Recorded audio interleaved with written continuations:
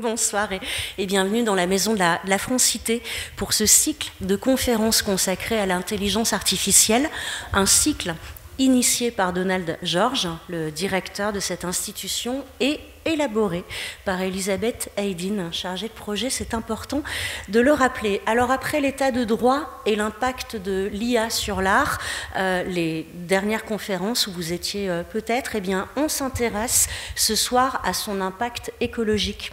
Car il existe, c'est indéniable, une requête sur ChatGPT utilise entre 6 et 10 fois plus d'énergie qu'une recherche traditionnelle sur Internet. Alors l'ironie, c'est que Internet nous permet à la fois d'être ultra informés sur le sujet, tout en participant au réchauffement climatique. Le streaming, par exemple, engendre autant d'émissions de gaz à effet de serre qu'un pays comme le Chili sur une année. Je ne sais pas pour vous, mais ça paraît totalement dingue, c'est assez inimaginable.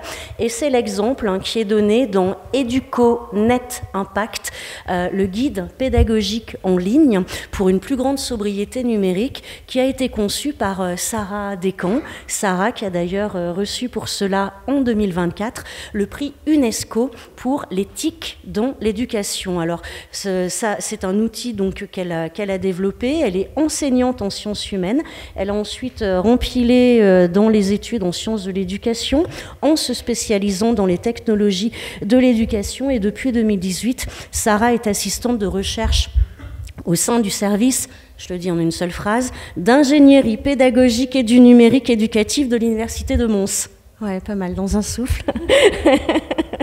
Et donc, c'est justement dans le cadre de sa thèse de doctorat qu'elle a développé cet outil. Donc, ce guide pédagogique, je le rappelle, qui vise à sensibiliser les enseignants et les élèves à l'impact environnemental, donc des technologies numériques. Et Sarah Descamps va donc pouvoir nous aider à répondre à cette question. L'IA est-elle une menace ou une solution pour le climat? Sarah, c'est à vous. Tout d'abord, merci beaucoup d'être venue aujourd'hui. J'avais prévu une petite slide pour me présenter, mais je propose qu'on la passe plus rapidement vu que ça a été fait. Mais rapidement pour préciser que je fais ma recherche doctorale, enfin mon domaine de spécialisation, c'est le fait de développer la protection de l'environnement comme une compétence numérique et d'éduquer les jeunes et les moins jeunes à la sobriété numérique et à une utilisation plus responsable des technologies. Alors, au menu de cette conférence, on va passer par 4 points. Tout d'abord, on va avoir une petite introduction pour un peu remettre les bases de c'est quoi l'IA. Ensuite, on verra l'impact de l'IA, vraiment l'impact de l'IA sur l'environnement, avec quelques chiffres et aussi une analyse du cycle de vie. Puis on verra l'IA pour l'environnement, donc comment est-ce que l'intelligence artificielle peut au final être au service de cette transition écologique.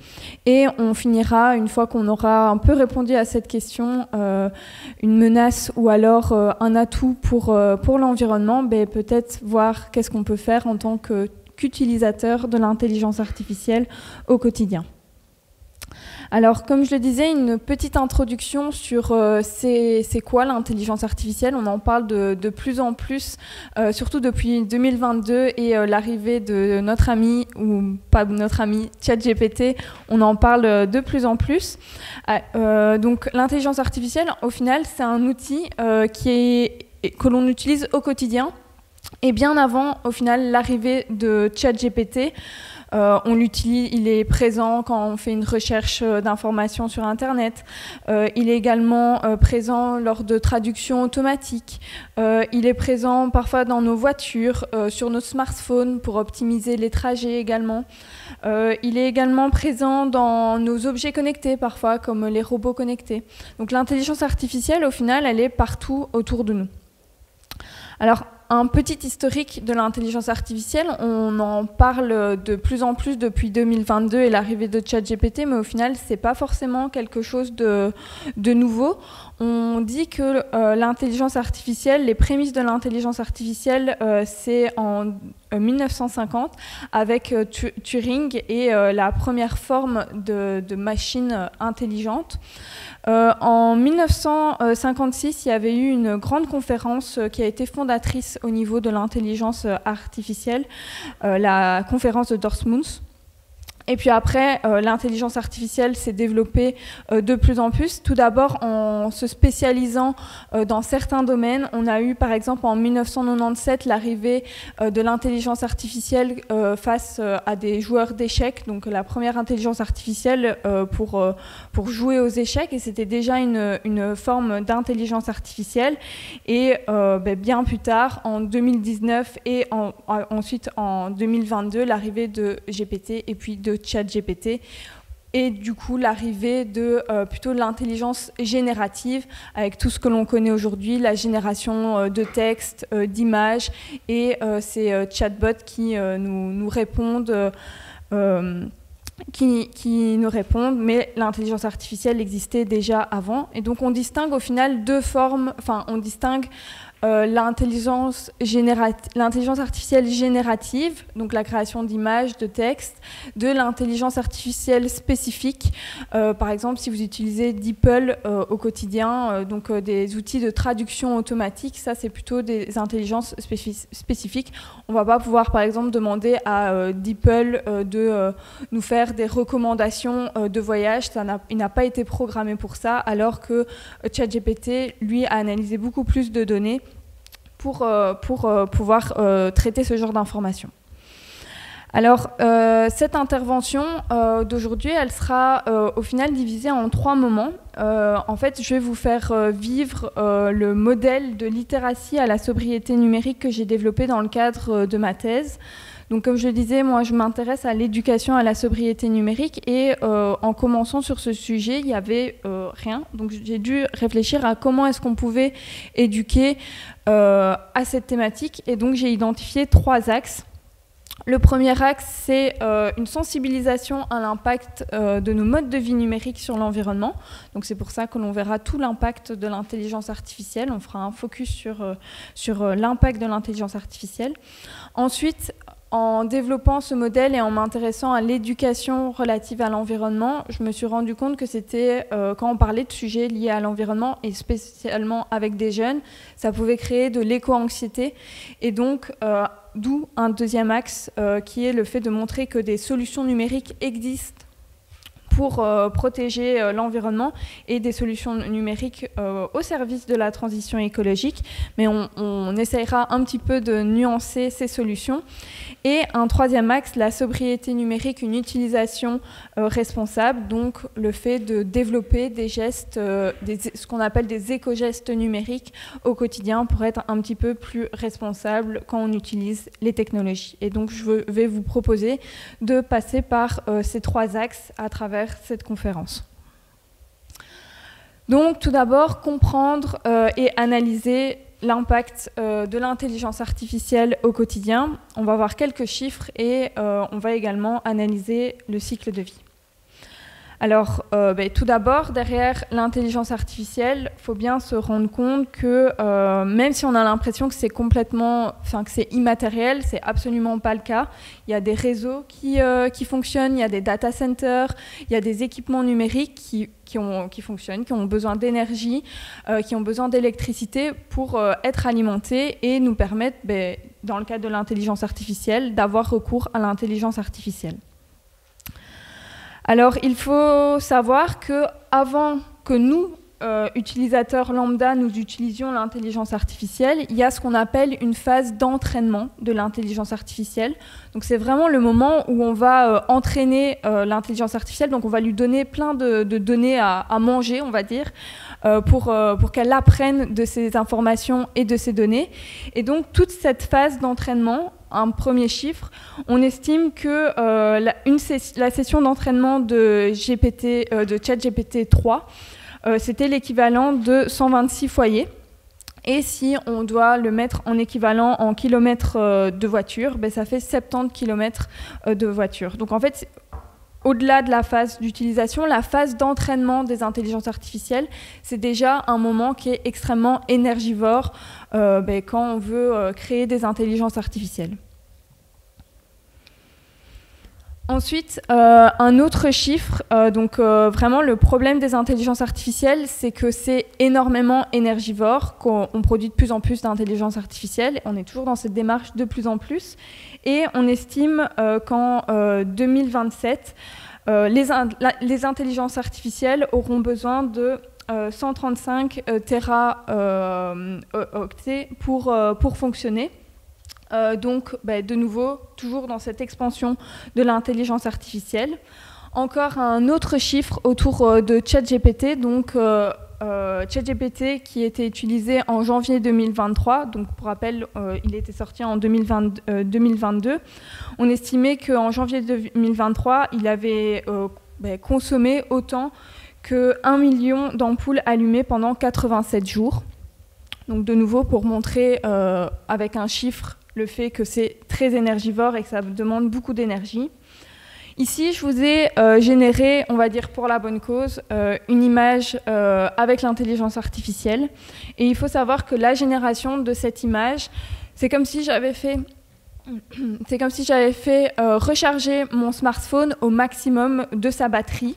Donc pour la génération d'une image, quand on sait que souvent quand on utilise l'intelligence artificielle, souvent la première image ne nous correspond pas, qu'on va réitérer les demandes. Et aussi, parfois on utilise entre guillemets l'intelligence artificielle un peu pour le fun, pour générer des images. Il faut se dire que ça consomme de l'énergie, parfois un petit peu pour rien. Un autre chiffre, donc derrière ces data centers, on a besoin d'énergie, d'électricité pour les faire fonctionner, mais on a également besoin d'eau pour les refroidir. Et donc c'est pour ça qu'on a ce chiffre d'une demi-bouteille d'eau pour une dizaine de requêtes à ChatGPT. Donc on estime que c'est une conversation classique en fait avec ChatGPT. Et quand on sait qu'il y a 1,5 milliard d'utilisateurs, donc c'était en 2024, sûrement que maintenant il y en a encore plus, ça fait énormément d'eau qui sont utilisées pour toutes les requêtes générées par ChatGPT.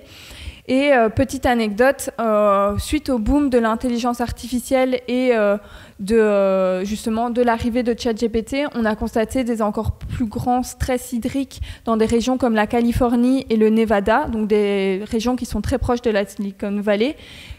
Et les intelligences artificielles sont produites dans cette région-là, donc on remarque déjà des stress hydriques. Et en Espagne, l'année dernière, il y a également eu des manifestations parce qu'une entreprise d'intelligence artificielle voulait s'implanter dans une région où justement il y avait des problèmes déjà en termes de gestion d'eau. Et donc il y a toute une problématique au-delà de l'énergie et donc de quel type déjà d'énergie on utilise, énergie fossile, énergie renouvelable. Il y a toute cette question de l'eau qui se cache derrière notre utilisation de l'intelligence artificielle et du numérique également dans sa globalité. Alors, le problème de l'intelligence artificielle, on va dire que c'est le toujours plus. On a entendu ces derniers temps justement des volontés politiques américaines d'aller de plus en plus dans l'intelligence artificielle, de financer et donc d'avoir aussi besoin d'énergie de plus en plus pour l'intelligence artificielle. Et donc ici, c'est un petit graphique issu d'une étude qui projette justement l'impact énergétique des intelligences artificielles, qui fait un état des lieux de l'intelligence artificielle et aussi qui projette par rapport à l'intelligence artificielle.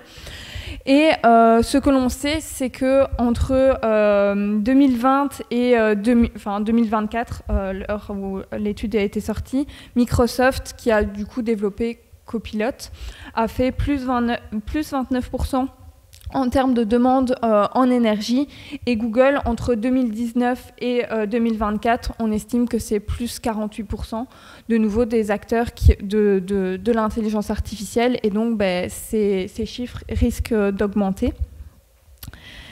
Et comme je le disais juste avant, on a cette volonté américaine d'aller toujours plus dans l'intelligence artificielle.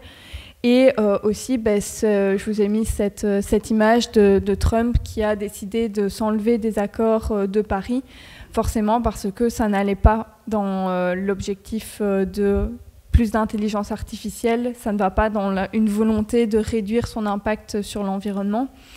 les États-Unis ont déjà, plutôt Facebook a racheté une centrale nucléaire pour venir alimenter ces centres de données.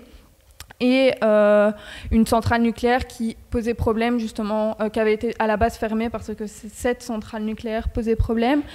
Et donc, on va être dans le toujours plus. Ils veulent aussi, il y a des contrats qui sont en négociation pour réouvrir des centrales à charbon aux États-Unis pour alimenter ces intelligences artificielles aussi. Et tout à l'heure, je vous montrais justement ce chiffre, je vais rapidement le remontrer, mais ce chiffre de 123, on estime que c'est l'équivalent de 22 réacteurs nucléaires qui sont, en termes d'énergie, c'est la même consommation. Donc on va être dans toujours ce plus énergétique. Et donc, pour le moment, la planète n'est pas forcément au cœur du débat. Un autre petit graphique ici, ce sont les projections de l'ADM. L'ADM, c'est une agence française qui publie régulièrement justement des rapports là-dessus. Et donc, on voit que l'empreinte carbone, selon les projections, elle explose de partout.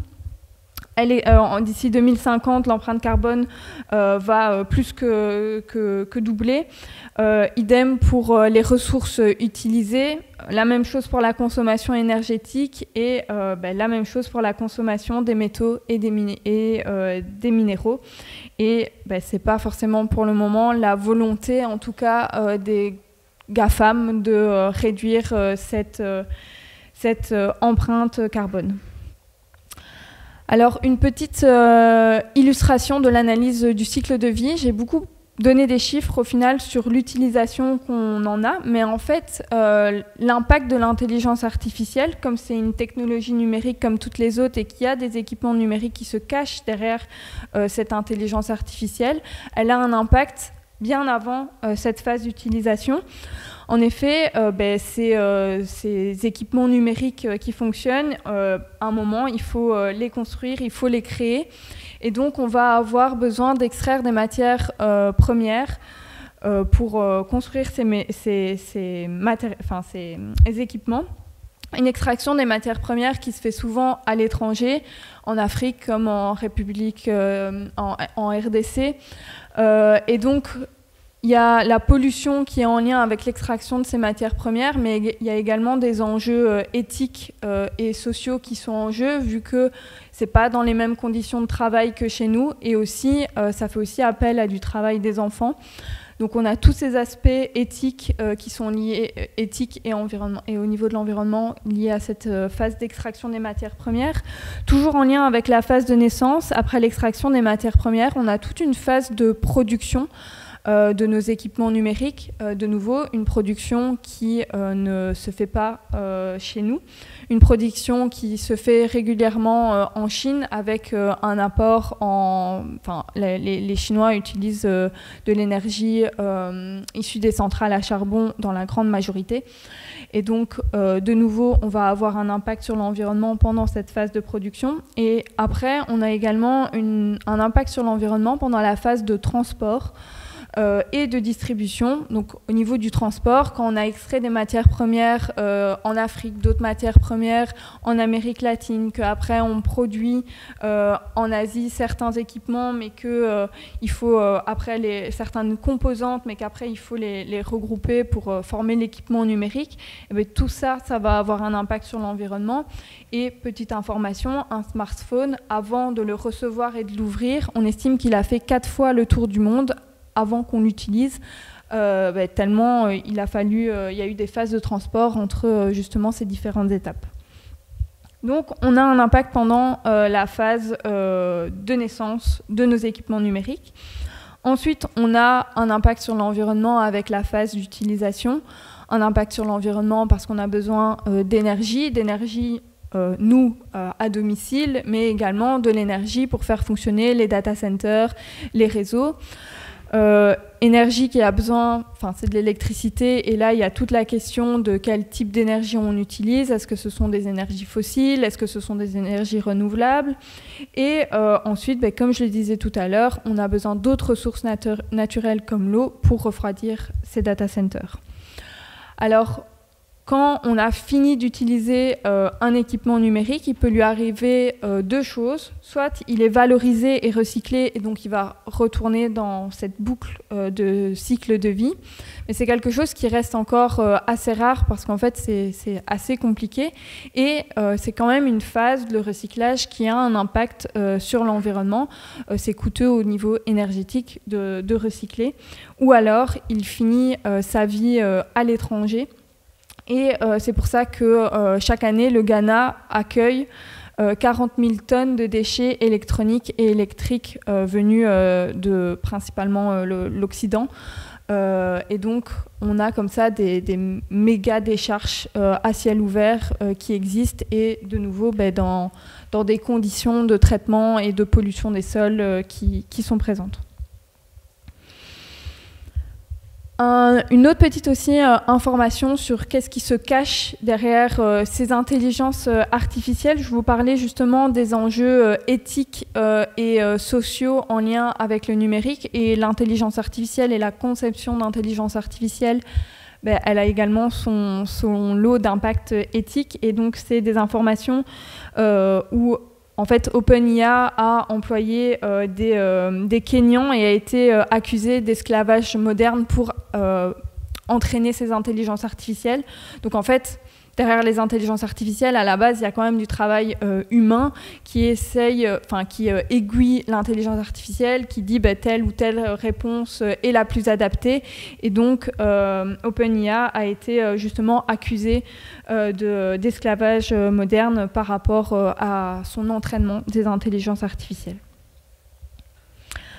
Alors, une petite question un peu rhétorique, mais pour vous faire un petit peu réfléchir. Peut-être que vous avez utilisé ChatGPT ou Copilot cette semaine, et peut-être vous poser la question de combien de fois vous avez fait une requête à ce type d'intelligence artificielle cette semaine, et je vais vous montrer un petit calcul à faire.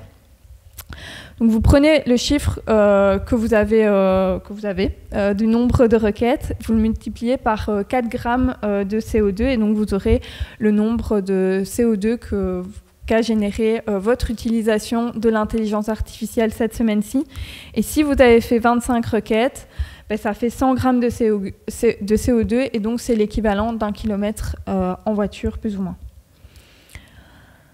Alors, maintenant que j'ai beaucoup parlé de l'impact du numérique, peut-être préciser qu'il y a des choses à faire en fait en tant que concepteur d'intelligence artificielle. Il y a quand même des considérations en fait pour concevoir des algorithmes et des intelligences artificielles qui minimisent l'impact. Il y a tout d'abord le fait d'optimiser les algorithmes, donc vraiment de concevoir des algorithmes les plus efficaces. Du point de vue énergétique, par exemple, en réduisant le nombre d'opérations, en optimisant les boucles, ou en utilisant des techniques de calcul distribuées. Donc en fait, derrière les personnes qui vont justement programmer ces intelligences artificielles, il y a des choses à faire pour une optimisation énergétique. Il y a également ensuite tout ce qu'on va utiliser comme matériel, donc, et en utilisant des équipements à basse consommation, donc que ça soit les processeurs, du coup des processeurs derrière les intelligences artificielles à basse consommation, que ça soit aussi des unités de traitement graphique donc à faible consommation, ou également les circuits intégrés des intelligences artificielles à faible consommation. Ensuite, il y a tout ce qui concerne la compression des modèles. Donc, de nouveau, il y a quelque chose à faire au niveau de la réduction de la taille des modèles des intelligences artificielles. Et il y a également optimiser, je vous ai présenté le cycle de vie. Quand on est concepteur d'intelligence artificielle, quand une entreprise d'intelligence artificielle, on peut faire quelque chose au niveau du cycle de vie des équipements qui vont venir alimenter, collecter les données, traiter les données, et qui se cache derrière l'intelligence artificielle. Alors, il y a des choses qui se passent, en tout cas en Europe, en tout cas au niveau de la francophonie. Il y a l'Institut du numérique responsable. L'Institut du numérique responsable, il existe en France et on a aujourd'hui une antenne en Belgique et également en Suisse. Et ils ont publié une sorte de référentiel de l'IA éthique et responsable. Et donc, dans ce référentiel, on va retrouver des familles et des recommandations à destination des personnes qui conçoivent des intelligences artificielles. Et donc, il y a des choses qui se mettent en place en termes de conception d'intelligence artificielle pour réfléchir à des intelligences artificielles qui soient un peu plus éthiques et responsables. Au niveau politique, il y a en 2024 l'Intelligence artificielle Act de l'Union européenne qui a été signé et il y a quelques considérations au niveau de l'environnement. Donc, par rapport aux chiffres que j'ai présentés, il faut savoir que le problème, entre guillemets, pour le moment avec l'intelligence artificielle, c'est qu'il y a souvent un manque de transparence. C'est parfois compliqué de vraiment quantifier l'impact de l'intelligence artificielle parce que les entreprises ne vont pas publier ça. Petite anecdote, il y a quelques jours, il y a DeepSeek qui est sorti et qui s'est vendu comme étant une intelligence artificielle moins énergivore. Alors, j'ai essayé de m'intéresser et de voir si c'était vrai et je dois avouer que j'ai un peu lu de tout. Parce qu'en fait, c'est un peu compliqué de vraiment savoir si elle est moins énergivore que ChatGPT parce qu'on n'a pas toute la transparence par rapport aux modèles qui se cachent derrière ces intelligences artificielles. Alors, pour revenir à l'Union européenne, donc on voit qu'ils ont quelques considérations par rapport à l'environnement. Donc, ils veulent promouvoir l'adoption d'une IA tout en garantissant justement un niveau élevé de protection de l'environnement. Ils veulent aussi recourir à des IA pour produire des résultats au bénéfice de l'environnement. Il y a également la définition de principes éthiques, bien-être et par rapport au bien-être environnemental qui sont présents dans ce document. Et enfin, il y a vraiment cette volonté d'avoir des systèmes d'IA qui soient développés et utilisés de manière plus durable et respectueuse, donc avec cette optimisation énergétique dont je parlais juste avant. Maintenant que je vous ai peut-être un petit peu assommé par rapport à l'impact de l'intelligence artificielle et qu'on est peut-être un petit peu démoralisé, on va voir quelques IA au final au service de cette transition écologique pour un peu nous redonner du baume au cœur par rapport à cette intelligence artificielle. Alors il y a des IA qui existent pour protéger l'environnement ou pour nous accompagner dans cette transition écologique. Et donc, ici, je vous ai mis quelques illustrations de solutions qui sont présentées comme étant des solutions numériques pour protéger l'environnement.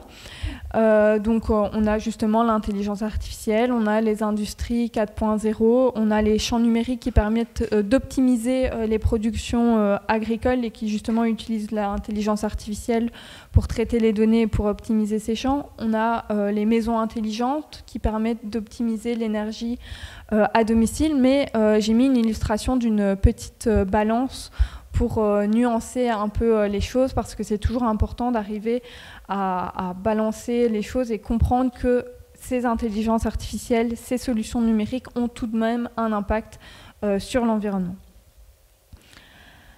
Alors, pour protéger l'environnement, on a par exemple des intelligences artificielles qui sont au service du recyclage. Donc, on a des intelligences artificielles qui vont venir, donc je vous ai mis une petite illustration d'une intelligence artificielle qui va vraiment venir scanner, donc c'est une caméra, et qui va, avec des bras électroniques, venir prendre les déchets en fonction de son analyse et donc faire le tri elle-même. On estime qu'il y a des intelligences artificielles qui arrivent à faire un tri comme ça de 80 à 90%. Il faut quand même que l'humain repasse après pour compléter le tri, mais ça fait quand même une avancée au niveau du tri des déchets. On a également tout ce qui est optimisation de la chaîne logistique. On a également des intelligences artificielles qui sont créées pour optimiser les trajets, par exemple, des bennes à ordures pour venir collecter les déchets. Donc l'intelligence artificielle peut être au service du recyclage. Un autre exemple d'intelligence artificielle, plutôt cette fois-ci au service de la biodiversité. Je vous ai mis une intelligence artificielle qui va venir scanner en fait, les poissons. En fait, c'est des robots poissons qui vont dans l'environnement, et ça va permettre de scanner les poissons et donc d'avoir une surveillance et un suivi des espèces, souvent avec un focus plus sur les espèces menacées, justement pour pouvoir voir comment elles évoluent dans leur environnement. Et on peut quand même, comme ça, avoir une prévision et une modélisation des écosystèmes. Et ça permet également de mieux gérer et de restaurer les habitats de cette faune ici marine. Une autre intelligence artificielle, cette fois plus pour nous accompagner par rapport aux prochaines menaces du changement climatique qui arrivent. On le voit chaque année, des incendies, également des inondations. On ne peut plus vraiment être sceptique par rapport au changement climatique vu qu'on en voit les conséquences chaque année. Une première intelligence artificielle qui permet de localiser les incendies et donc de permettre une intervention beaucoup plus rapide des pompiers pour sauver les zones, et donc une meilleure intervention des pompiers qui veut dire une réduction des zones incendiées aussi. Et une autre intelligence artificielle, ici c'est une intelligence artificielle de Google qui permet de prédire 4 jours à l'avance les risques d'inondation et donc d'évacuer les personnes qui risquent d'être inondées. Et il y a également des intelligences artificielles qui permettent de prédire sur du plus long terme quelles vont être les conséquences du réchauffement climatique, de la fonte des glaces, de la montée des eaux, et de prédire les zones qui seront prochainement inondées pour éviter que des personnes s'installent dans ces zones. Donc il y a aussi des intelligences artificielles qui ici ne sont pas forcément là pour préserver l'environnement, mais qui nous permettent à nous de nous adapter à ces menaces du changement climatique. Mais restons quand même un tout petit peu critiques par rapport à ces intelligences artificielles. Je vous ai présenté plusieurs solutions. Il faut savoir que souvent les spécialistes du domaine sont un peu justement critiques par rapport à ça, parce qu'en fait les intelligences artificielles au service de la transition écologique, elles sont pas très nombreuses par rapport à toutes les autres, et donc faut quand même rester un minimum critique. Et ici je vous ai mis un petit exemple. On a beaucoup parlé de l'impact de ChatGPT en ce début, et ici c'est ChatGPT qui a sorti son guide expert de la transition écologique. Donc vous pouvez communiquer avec ChatGPT, il va vous donner des bons conseils pour sauver la planète. Et donc restons à un minimum critique par rapport à ces intelligences artificielles. Je pense qu'il y a peut-être d'autres choses comme partager ensemble, s'informer sur le sujet, faire peut-être une recherche d'informations en ligne qui sera moins énergivore pour trouver ces solutions, plutôt que de communiquer avec une intelligence artificielle pour qu'il nous dise comment réduire son impact sur l'environnement. Alors, maintenant, on va voir concrètement qu'est-ce qu'on peut faire en tant qu'utilisateur, parce que je ne pense pas qu'on est tous des concepteurs d'IA. Comme j'ai été présentée, moi, je suis assistante de recherche en sciences de l'éducation, donc je ne conçois pas d'IA. Donc, qu'est-ce qu'on peut faire comme utilisateur au quotidien ? Tout d'abord, je pense qu'il y a le fait d'adopter une forme de sobriété numérique dans son utilisation de l'intelligence artificielle. Alors la sobriété numérique, ça ne veut pas forcément dire ne plus utiliser l'intelligence artificielle et ne plus utiliser le numérique, mais c'est surtout l'utiliser mieux et l'utiliser de manière consciente. Alors une petite définition de la sobriété numérique. Alors la sobriété numérique, c'est d'abord avoir une utilisation raisonnable et raisonnée des technologies. Ensuite, c'est prendre conscience de l'impact de nos usages numériques au quotidien, donc un peu ce qu'on a fait en première partie, comprendre que chaque usage des technologies a un impact sur la planète, même si cette pollution elle est invisible à nos yeux. Ensuite, il y a le développement d'éco-gestes au quotidien, et enfin, on a le fait d'adopter une posture de sobriété numérique, aussi bien dans ses utilisations que dans ses conceptions du numérique.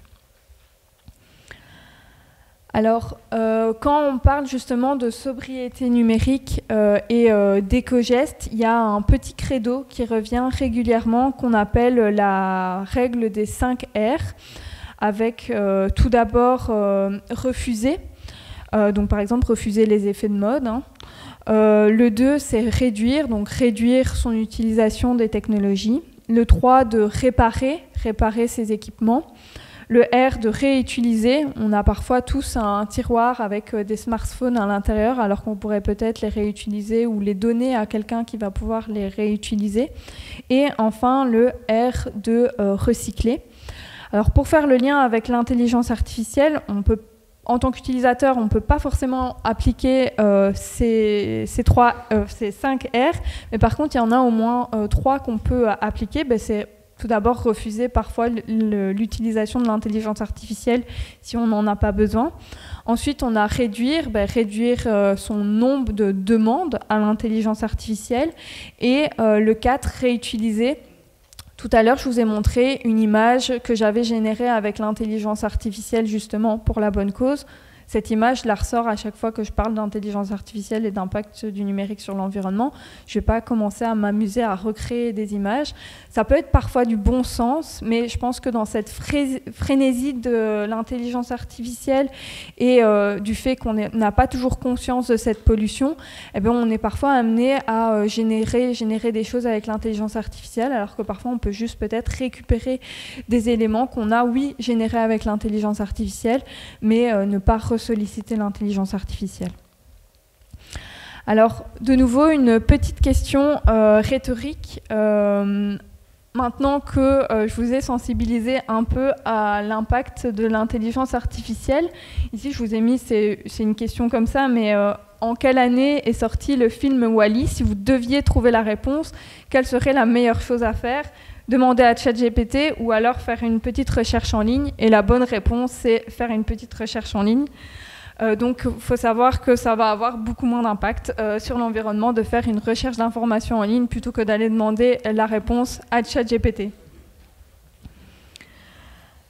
Alors, d'autres gestes que l'on peut mettre en œuvre au quotidien comme utilisateur de l'intelligence artificielle, on a tout d'abord limiter son nombre de requêtes et se limiter à ce qu'on a réellement besoin. Donc vraiment, est-ce que j'ai vraiment besoin d'utiliser l'intelligence artificielle pour réaliser telle ou telle tâche?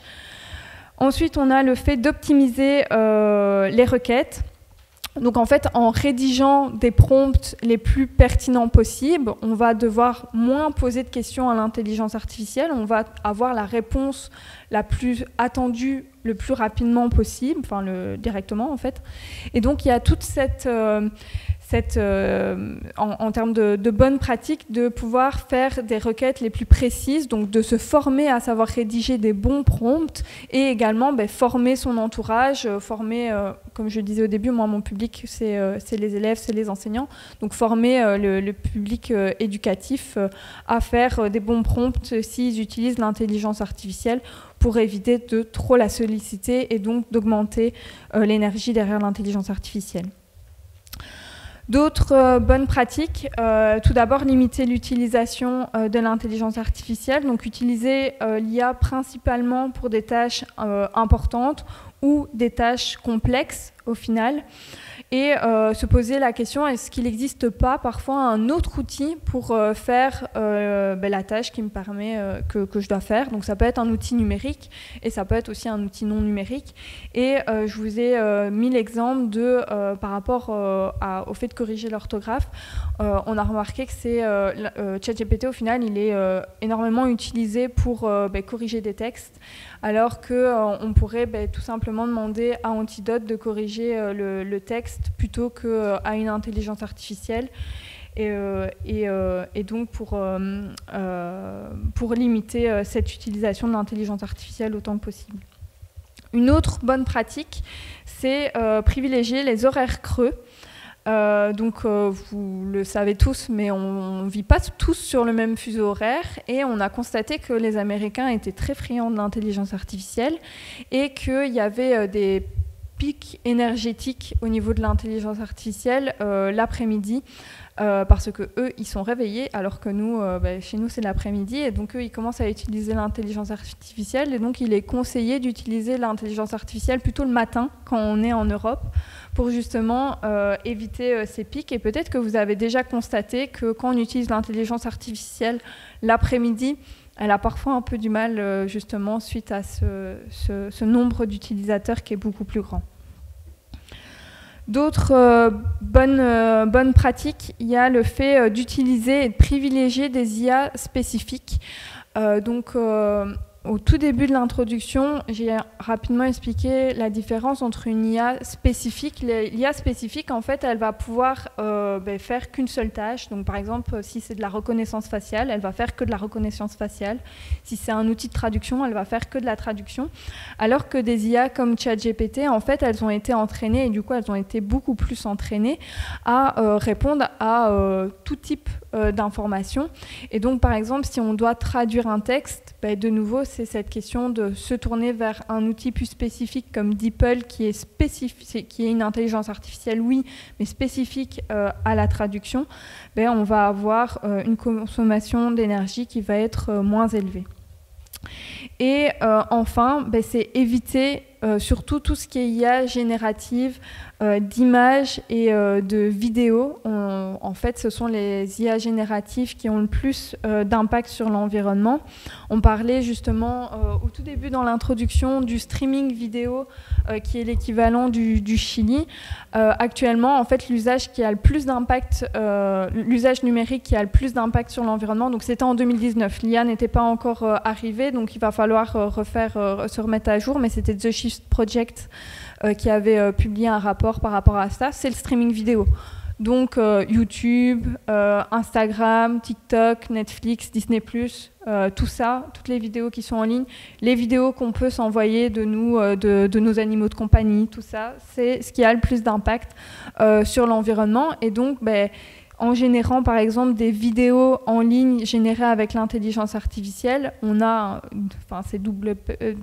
un double problème. Il y a le flux vidéo et en plus on utilise une intelligence artificielle, donc essayer au maximum de se limiter à ces intelligences artificielles qui génèrent des images et des vidéos. Alors, au niveau des usages, une dernière petite technique, un petit mémo, c'est la technique du bisou. On la voit souvent quand on parle quand c'est le Black Friday et pour se limiter au niveau des achats. Mais en fait, on peut se poser plus ou moins les mêmes questions avec l'intelligence artificielle. On a le B de besoin, donc ça, je suis souvent revenue là-dessus, mais pour quel besoin est-ce que j'utilise l'intelligence artificielle et est-ce que j'ai vraiment besoin d'intelligence artificielle ? On a le I de immédiat, est-ce que j'ai besoin d'utiliser l'intelligence artificielle maintenant tout de suite, ou est-ce que je ne peux pas plutôt privilégier peut-être ces moments d'heure creuse ? Ensuite, on a similaire. Est-ce qu'il n'existe pas une alternative similaire, numérique ou non numérique, ou une autre intelligence artificielle, mais plutôt spécifique, pour faire la tâche que j'ai besoin de faire ? On a le ou de d'où vient l'IA ? Comment on peut se poser la question quand, au final, on va acheter des fruits au supermarché, d'où viennent nos fruits ? Se poser la même question. D'où vient cette intelligence artificielle ? Est-ce qu'elle vient des États-Unis ? Est-ce qu'elle vient de la Chine ? Est-ce qu'elle vient en France ? On a le groupe Mistral qui a créé ces intelligences artificielles. Donc peut-être se tourner vers des intelligences artificielles qui sont plus proches de nous. Et enfin, le U de utilité. Pour quelle utilité réelle m'apporte l'intelligence artificielle ? Et maintenant, peut-être vous faire une petite passation de flambeau par rapport à cette thématique-ci. Ce que vous pouvez faire, c'est continuer peut-être à vous informer sur le sujet, donc vous informer, mais aussi informer votre entourage, diffuser le message que l'intelligence artificielle, c'est pas une pollution invisible. C'est une thématique qui évolue très très vite, mais je pense que ce qu'on peut retenir, c'est que c'est énergivore. Donc sensibiliser autour de vous et également se poser la question de la plus-value professionnelle, la plus-value pédagogique si vous êtes enseignant par exemple, de cette utilisation de l'intelligence artificielle.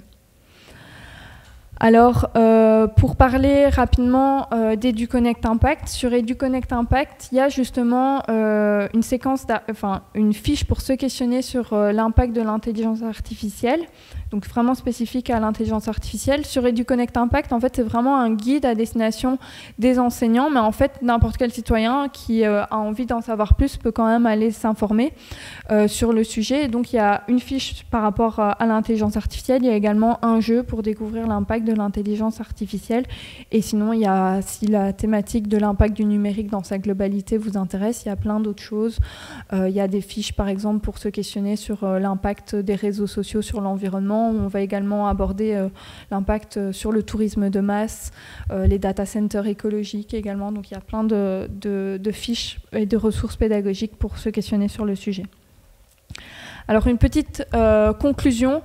Ce qu'on peut retenir, je pense qu'il y a toujours plus d'intelligence artificielle, en tout cas c'est vers ce dont on va pour le moment, et vraiment un boom énergétique au niveau des intelligences artificielles. Que oui, il y a des intelligences artificielles pour le climat, mais qu'il faut rester un minimum critique par rapport à ces intelligences artificielles. Et enfin, on peut devenir des utilisateurs conscients et un peu plus responsables par rapport à notre utilisation de l'intelligence artificielle. Et si vous voulez aller plus loin, comme je le disais tout à l'heure, il y a l'Institut du numérique responsable en Belgique. Il y a également l'ADEME qui publie régulièrement des rapports de vulgarisation, des campagnes de sensibilisation sur le sujet. Green IT FR, The Shift Project qui publie aussi régulièrement des rapports très très complets sur l'impact des technologies. Et quelques ouvrages si l'impact du numérique et le numérique responsable vous intéressent. Voilà, j'ai fini. Merci beaucoup.